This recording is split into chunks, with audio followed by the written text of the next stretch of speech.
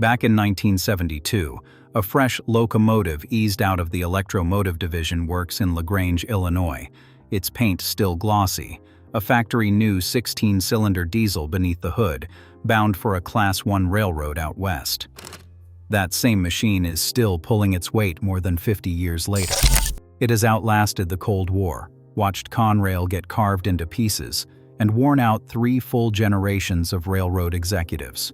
It is no museum piece. It is dragging paying freight down the main line, and plenty of others are doing the same. So, what makes railroads worth billions keep wagering on hardware born in the age of disco?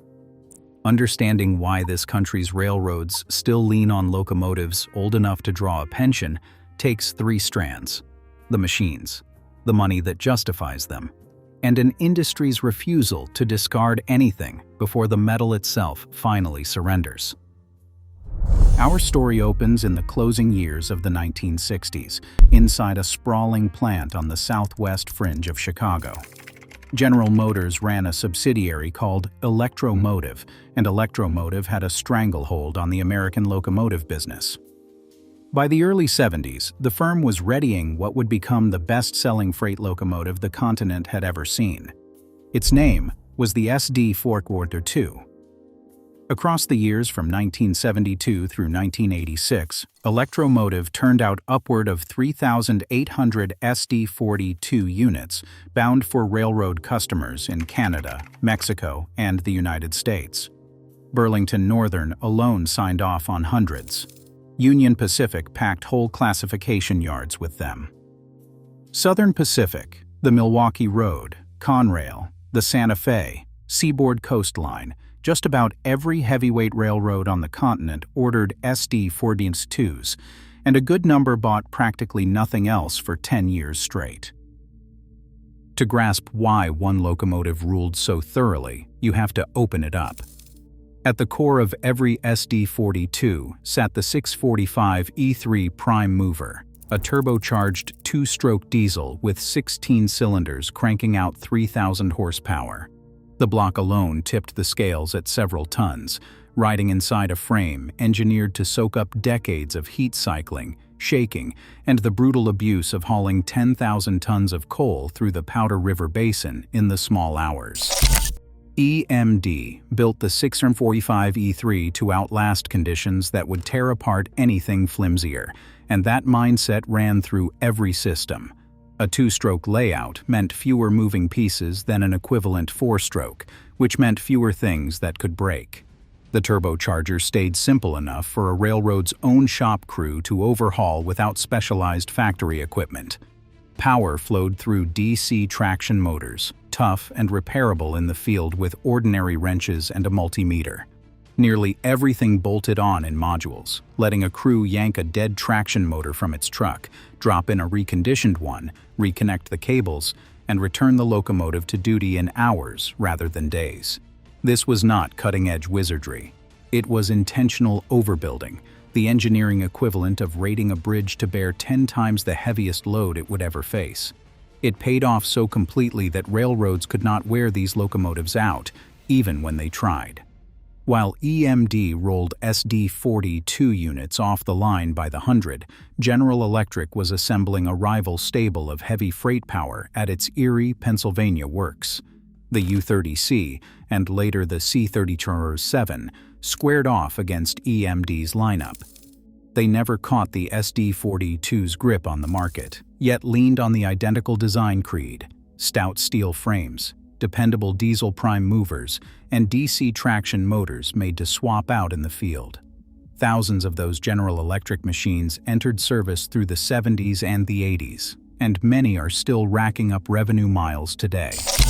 So a whole generation of American freight power got built to a benchmark that assumed rough handling and long careers, though toughness alone cannot account for their survival. Lots of sturdy machines head for retirement the moment a superior option turns up. Boeing's 747 was built to soldier on for decades, yet carriers swapped it out for thriftier wide bodies as fuel bills mounted. What sets railroads apart is the chasm separating old locomotive technology from new, plus the economics on either rim of that chasm. Consider the arithmetic a mechanical department runs whenever it sizes up motive power.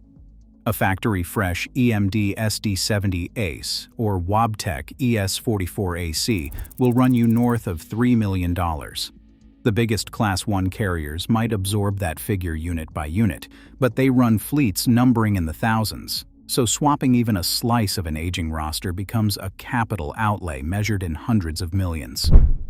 Come budget season, locomotives compete with track maintenance, signaling, terminal growth, and technology spending. Every dollar spent on new power is one not spent relaying worn rail or expanding an intermodal yard. A rebuilt SD40-2, meanwhile, can be put back to work for roughly $500,000 to $800,000, depending on how deep the overhaul goes. That reconditioned machine drinks more fuel for every ton-mile than a new AC traction unit, makes less total horsepower, and goes without the freshest distributed power standards and the latest onboard diagnostics. Yet for a short line dragging grain hoppers down 40 miles of branch track in central Kansas, not one of those shortcomings matters. The short line has no use for 4,400 horsepower or electronically controlled pneumatic brakes. What it wants is a locomotive that fires up each morning, hauls its train without theatrics, and never demands a factory-certified technician. Toting a proprietary laptop just to read a fault code. A rebuilt SD40-2 ticks every one of those boxes for about 1/5 the price of new power. This is the financial sweet spot where old locomotives flourish, and it runs far wider than most people realize. Plenty of worn-out units avoid the scrap line entirely. Leasing outfits such as GATX, CIT, and National Railway Equipment snap up retired units from the Class 1 carriers, run them through rebuild programs at Midwestern shops, and rent them to shortline and regional operators at monthly rates well under the cost of anything new. An SD40-2 that Burlington Northern took off its books in 2005 could go on to spend the next 15 years lugging lumber for a regional line in the Pacific Northwest, then change hands again to a switching job at a North Dakota grain elevator. On any given day, hundreds of locomotives circulate through this market, bought, sold, leased, parked, rebuilt, and sent back out in a cycle that has churned along for decades. Whole companies exist to keep it flowing. Brokers pairing units with operators, hauling firms relocating dead locomotives, parts dealers gutting retired machines for components that keep others alive for years. Counting every short line and regional railroad across the United States, you land near 600 operators running everything from 5-mile industrial stubs to multi-state networks, and a hefty portion of their motive power predates 1990. To them, a second-hand SD40-2 or GP38-2 is no compromise whatsoever. It is precisely the right instrument for the work at hand. But what of the giants, the carriers with billion-dollar budgets and a clear path to the newest equipment? BNSF Railway and Union Pacific, the two biggest freight haulers in the western United States, keep active rosters that still hold locomotives built back in the 1980s. A lot of those veterans pull duty as distributed power, slotted mid-train or tacked onto the tail of long consists to add pulling force and dynamic braking on mountain grades. In that role, they only have to be mechanically reliable and able to obey instructions beamed from the lead locomotive over radio-based distributed power links. Turn east, and Norfolk Southern, along with CSX, the two carriers dominating everything beyond the Mississippi, run comparable operations. Older GP38-2 road switchers go right on handling local freight and yard switching across the eastern network. Those 4-axle units, assembled between 1972 and 1986, put out 2,000 horsepower from a non-turbocharged member of that same 645 engine clan, which makes them perfect for light branch work, where a full-size 6-axle road unit would simply be too much machine. There is a human side, too. The machinists and electricians who nurse these aging fleets hold knowledge no service manual can fully copy. A mechanic with 30 years around 645 series engines can pin down trouble just by listening to a turbo spool up or watching the tint of the smoke off the stack. That know-how is its own kind of infrastructure, and it favors familiar gear over platforms that demand a completely separate skill set. So what happens when one of these veterans rolls in for a serious overhaul? A capital rebuild on a freight locomotive sits closer to shipbuilding than to fixing a car. The unit shows up at the shop, often towed in behind a sister unit because its own prime mover is near failure. Crews strip the locomotive down to its frame rails. Off come the prime mover and main generator, the companion alternator and all 6 traction motors, the cab interior and electrical cabinets, the air brake gear, the fuel tank, the trucks with their side frames and bolsters, the cooling package, the sandboxes, the horn, the bell, down to the handrails and walkway grating. What is left is a stripped steel frame on the floor of a shop in Paducah, Kentucky, or Silvis, Illinois, or one of dozens of independent outfits across Ohio, Indiana, Texas, and the Deep South. That frame goes under ultrasonic testing and magnetic particle inspection, examined foot by foot for cracking, rust, and metal fatigue. Most pass, and the rebuild gets underway. The precision involved would amaze anyone expecting railroad shops to be all sledgehammers and grease. The prime mover heads off to an engine shop where every piston assembly, cylinder liner, connecting rod, and main bearing is gauged against factory tolerances, with anything outside spec swapped for a remanufactured part. The turbocharger comes apart and is either reconditioned or traded for a fresh one off the shelf. Injectors come out, get cleaned, run through a calibration bench, and are reset to deliver and atomize fuel exactly as intended. The main generator and companion alternator follow the same teardown, their armature windings checked for insulation, and their commutators machined smooth on a lathe. Traction motors travel to an electrical shop set aside just for them, where the armatures get turned on precision tooling, the field coils probed for shorts and grounds, and every bearing renewed. Each motor returns to the floor as effectively a new component, never mind that its cast steel shell may be 40 years old. The cab and control systems undergo their own makeover too. Fresh seats, windshield glass, control stands, and paint, modern radios in place of dated analog sets, end-of-train receivers, and distributed power modules, and on some rebuilds an upgraded microprocessor control system that lets the locomotive talk to newer distributed power technology and ride as a remote unit within a modern train. Once the whole assembly comes back together, the locomotive eases out the shop door on fresh wheel sets, sporting a rebuilt prime mover, reconditioned electricals, fresh air brake hardware, and a service life stretched out in decades rather than years, all for a sliver of what a factory-new unit would cost. This rebuild loop has spun without pause since the 1970s, a prime reason American motive power ages so slowly next to fleets in other transport industries. From the start, these locomotives were drawn up to be rebuilt. Their modular makeup leaves hardly anything truly permanent except the frame, and even that frame, the one piece you cannot readily replace, was overbuilt to shrug off loads well past anything its everyday duty imposes. Set that against a modern car, where rust, electronic obsolescence, and welded construction make most not worth fixing past the 15-year mark, or against commercial aviation, where airframe fatigue is logged flight by flight, and a single airworthiness directive can ground an entire fleet overnight. Locomotives are different. Their world is harsh but predictable. Their speeds low enough that fatigue accrues slowly, and the economics have favored keeping them rolling through every downturn since diesel took over. The result is a national fleet whose age spread would horrify the fleet boss of any other transport mode. 20-year-old units are ordinary. 30 years is commonplace. 40 raises no eyebrows on a short-line roster, and a scattering of machines closing in on 50 years of active duty are still bringing in money, still hauling trains, still earning their place through the plain arithmetic of rebuild cost versus replacement cost. If this is proving worth your while, go ahead and hit subscribe. We dig into locomotive history and railroad engineering here every week. There is, though, one more force keeping these old locomotives at work, and it has nothing to do with engineering or money.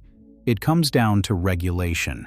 In 2008, the Environmental Protection Agency locked in its Tier 4 emission rules for newly built locomotives, slashing the permitted nitrogen oxides and particulate matter in diesel exhaust. Any locomotive manufactured after January of 2015 had to clear Tier 4, which meant fitting elaborate after-treatment hardware, selective catalytic reduction, diesel exhaust fluid dosing, diesel particulate filters, and engine management computers riding herd over the whole emissions process. The mandates left new locomotives far cleaner, but pricier to buy and trickier to maintain. A Tier 4 unit hauls around a tangle of systems a 1978 SD40-2 never dreamed of: sensors watching exhaust temperatures along the after-treatment route, software tweaking injection timing and exhaust gas recirculation on the fly, and faults that often call for proprietary software on manufacturer-supplied equipment. So what became of the thousands of older locomotives already running when the rules landed? They got grandfathered in under earlier, gentler tiers. A railroad may run a pre-Tier 4 unit indefinitely, provided it stops short of any rebuild the agency labels a remanufacture rather than a repair, with the agency setting exact thresholds pegged to the scope and cost of the work. Railroads have grown extremely careful about staying on the right side of that line, because in certain cases it is cheaper and simpler to keep an older, thirstier locomotive running than to buy a newer, cleaner one with a steeper price and a heavier maintenance load. A rule built to nudge the industry toward lower emissions handed railroads one more reason to cling to the equipment they already owned. Still, there is a ceiling on how long any machine lasts, however soundly it was built or carefully maintained. Thousands of old locomotives have already run out their working days, and you can spot them in satellite imagery if you know what to scan for. Out beyond Tucson, Arizona, long ranks of stored and retired locomotives bake in the desert sun behind the fences of recycling operations. Their prime movers bled of oil, their traction motors stripped out for reuse, their steel frames slowly rusting in a dry heat that holds back the worst of the corrosion but cannot stop the clock. Comparable rows turn up near Mojave, California, and across the arid Southwest, where thin humidity and easy winters make open-air storage workable for years. Wander one of these yards on foot, and you can read American railroading's whole history in the paint alone.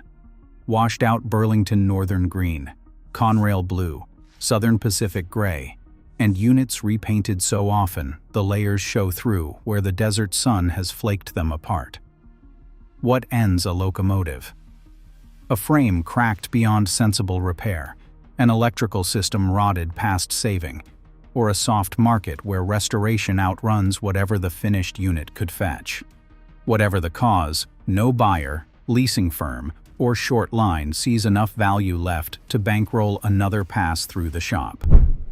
Scrap value rides the global steel market up and down, though a typical 6-axle freight unit sold as scrap might fetch roughly $20,000 to $50,000 in raw metal, a tiny fraction of its price when new and the closing entry on a machine that may have rolled north of 2 million revenue miles. Still, not every retired locomotive meets the cutting torch. Some are donated to railroad museums and heritage groups. A handful become fixed power plants, their prime movers rewired to drive generators at remote industrial sites without reliable grid power. Others just sit parked, neither scrapped nor rebuilt, waiting for a shift in the market or a buyer who glimpses promise where the last owner saw only shrinking returns. The math is plain. If a capital rebuild would cost more than roughly 60 to 70% of what the finished unit could sell for, the locomotive heads for the torch. Below that, it earns another life. That formula has carried thousands of SD40-2 and GP38-2 units, plus the early -7 machines, far past whatever lifespan their designers penciled in, even as a few hundred more slide onto the wrong side of the equation each year. Even so, the future is arriving, just at railroad pace, unhurried, and after long deliberation. Lately, both of North America's major locomotive builders have started trialing alternative propulsion. Wabtec, which scooped up GE Transportation in 2019, has rolled out a battery electric locomotive named the FLX Drive, a massive lithium-ion battery bank inside what passes for an ordinary locomotive body, built to run, consist with diesel units and trim the train's fuel burn by capturing regenerative braking energy on downgrades and feeding it back as the train accelerates. BNSF Railway has been running the FLX Drive in revenue service in California across the Tehachapi Mountains, where the steep climbs between Bakersfield and the Mojave Desert make ideal terrain for regenerative capture, and the early numbers looked promising enough that Wabtec has announced higher capacity units and wider rollout. Meanwhile, Canadian Pacific Kansas City has been testing hydrogen fuel cell technology, retrofitting older platforms to burn hydrogen in place of diesel. Their prototype, built around a surplus SD40-2 frame in Calgary, Alberta, finished trial runs on branch lines and drew interest from railroads and agencies eyeing zero-emission freight. The choice of an SD40-2 platform speaks volumes. Even tomorrow's propulsion is being built atop the skeletons of machines from the 1980s. But are any of these technologies going to push the old diesels aside in our lifetimes? Not anytime soon. They are not ready to replace the standing diesel fleet at the volume North American freight demands. Battery energy density is still a wall for long-haul work, where trains cover 500 or 600 miles between crew swaps. Hydrogen fueling infrastructure barely reaches most rail corridors, and the working North American fleet is so vast, near 26,000 units among the Class 1 carriers alone, that any changeover would play out across decades, even on the rosiest forecasts. So the veteran machines keep at it. The SD40-2s and GP38-2s, the C30-7s, and their stablemates go on paying their way over branch lines and secondary mains, in classification yards and on industrial spurs, pulling grain shuttles and local freight spread over the Great Plains and down through the rural South. Granted, they run louder than the new stuff, burn more fuel per ton-mile, and lack the onboard computers and live health monitoring missing from a cab laid out during the Ford administration. But they fire up every morning, drag their trains without grumbling, and when something lets go, a crew with hand tools and decades of hard-won knowledge can track down the fault and fix it without calling a factory help desk a continent away. What does that say about the industry keeping them alive? American freight railroading is rooted in the long view, in wringing every last mile of usefulness out of every piece of equipment before letting it go.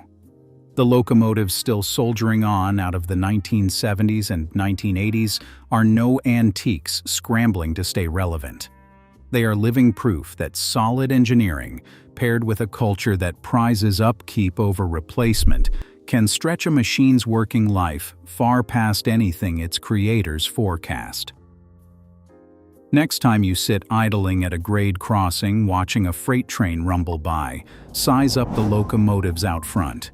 The paint, the cut of the cab, the low growl of the prime mover, the way the trucks give over rail joints under 190 tons of steel. A boxy, angular frame in fresh paint over weathered metal was likely built before you were born, and the odds are good it will keep running long after you pull away and forget you ever laid eyes on it. That is not sentiment talking. It is simply the way railroads have always operated. Build it well the first time, build it to last, and keep it rolling until the iron itself decides otherwise.